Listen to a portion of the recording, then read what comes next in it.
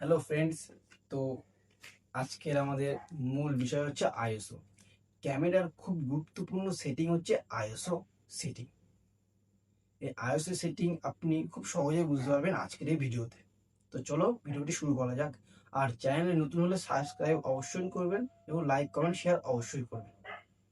তো আইএসও জিনিসটি কি আগে সেটি বুঝতে হবে। আইএসও হচ্ছে ক্যামেরার আলো কতটুকু সেন্সিটিভ হবে তাকে বলা হয় ISO. Low ISO, medium ISO, high ISO.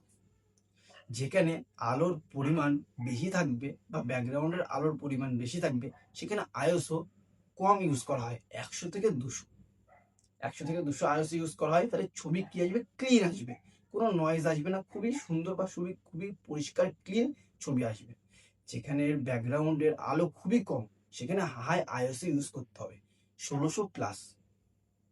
তাহলে ছবি ভালো ক্লিন আসবে। আর আলো তো বেশি থাকলেই তো ভালো হয়, যত আইএসও বাড়াবেন তত মানে ছবির কোয়ালিটি একটু কমে যাবে, মানে অত ভালো আসবে না। ব্যাকগ্রাউন্ডের আলো সাপোর্ট পেলে আইএসও সেটিংটা ঠিক করলে ছবি খুব ক্লিন আসে।